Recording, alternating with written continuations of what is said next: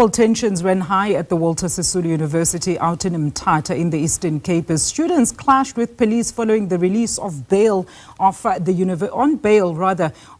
university's residence manager Manelisi Mampane. Now, Mampane is accused of fatally shooting student Sisonke Mbolekwa during a protest back in April, and the court's decision to release Mampane on 10,000 rand bail sparked a wave of anger and led to students taking to the streets and engaging in running battles with police. And 5 students were then arrested and have since been released on a warning.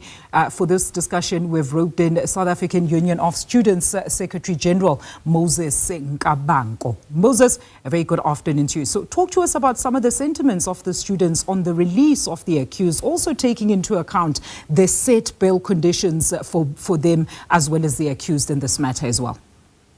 Hi Alicia, how are you? And hi to your viewers at home. No, as the union, we are quite disappointed on the verdict that came from the courts. And our disappointment is simply it's emanating from the fact that students were protesting at the time during the protest when this incident happened of Sisonke. They are protesting for a cause that was just.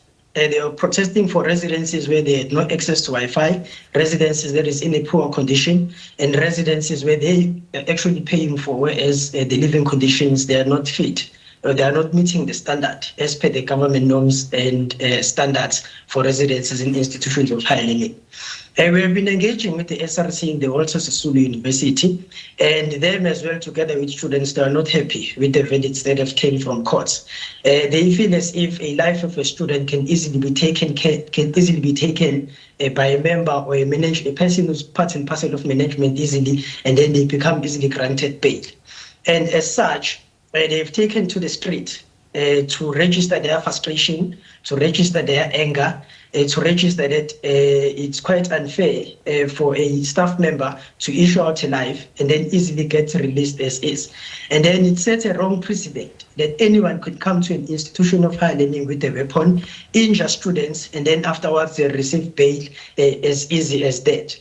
It is clearly also shown that institutions of higher learning, they are no longer a space whereby a student can feel safe, go there to receive for academical purposes, and after those academical purposes, get qualifications and go look for work environments. But they became a place where it's violent, and people who are supposed to be their parents, who are supposed to be guiding them throughout their life, showing them the life that they're supposed to be taking. They are the very same people who are busy hurting them in the institutions of higher learning. What will it then take to address some of these alleged systematic issues at WSU, including, of course, management as well as infrastructural issues and challenges that have been reported at the university? What are you asking for as students? When we saw that there was such an incident that has been reported, upon our engagements with the SRC, they registered to us that in terms of safety, in that institution, there are no safety measures that have been taken by the management to ensure that students are safe.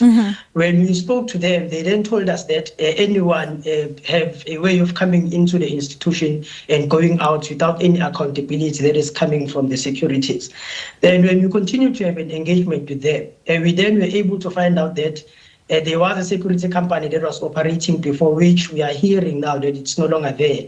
And there is a new security company which they now need to ensure that they strengthen the safety and security of students that are living within the institution of higher learning. As the South African Union of Students, over the years, during the past administration and our current administration, we've come up with so many proposals that are speaking on the issue of student accommodation and the development of infrastructure, more especially where our students are going to be residing, where there will be accountability that is going to come from the service providers that are providing services, and accountability that is also going to come from students, and including student leadership. In part of the policies that we put in place, we said that it's high time that NSFAS take over all of the student accommodations so that they are able to inspect the infrastructure of on-campus residences and also inspect the infrastructure or residences where students are staying in, even in off-campus residences. What is the current state, Moses, there of those structures, of the residential structures at the Walter Sisulu University? At the state, it's very, very bad. And we have heard that there are students who are living in a place where it's supposed to be a single sleeper, but they are staying in 3s and 2s. Where you can see that it's people who are gunning to make profits rather than providing an accommodation that is going to be conducive for those students.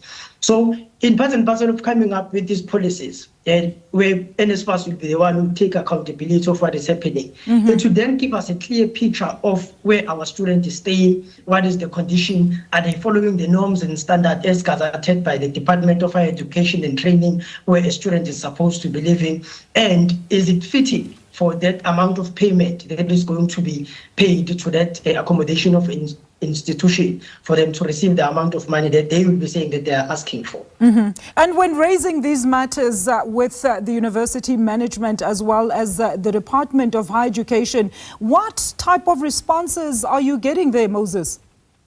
As things stands, we are currently going back and forth with the department, including NSFAS as well, with this new student accommodation projects that has been introduced. What we have noticed is that there are so many sabotages that are coming from both the institutions and from people who are amongst the private sector, whereby they're trying by all means to sabotage that this entire process doesn't go to NSFAS and it continues to be administered by institutions and people who are within the private sector so that they can continue housing our students in a bad condition or infrastructure that is decaying, infrastructure that is bad for students to live in. When we are having this conversation, we have always been clear as the union to say that NSFAS must take over as the funder that is paying for all of these students and service providers. And in taking over, we'll be able, or rather NSFAS will be able to come up with the standards of accommodation and infrastructure that is wanted by students, that is wanted by NSFAS, and that is best fit and conducive for a student to live in that specific residence. All right, Moses, we're going to leave it there. Thank you so much for engaging with us this afternoon. That is Moses Nkambako. There is the Deputy Secretary General of the South African Union of Students on the Walter Sisulu University student protests.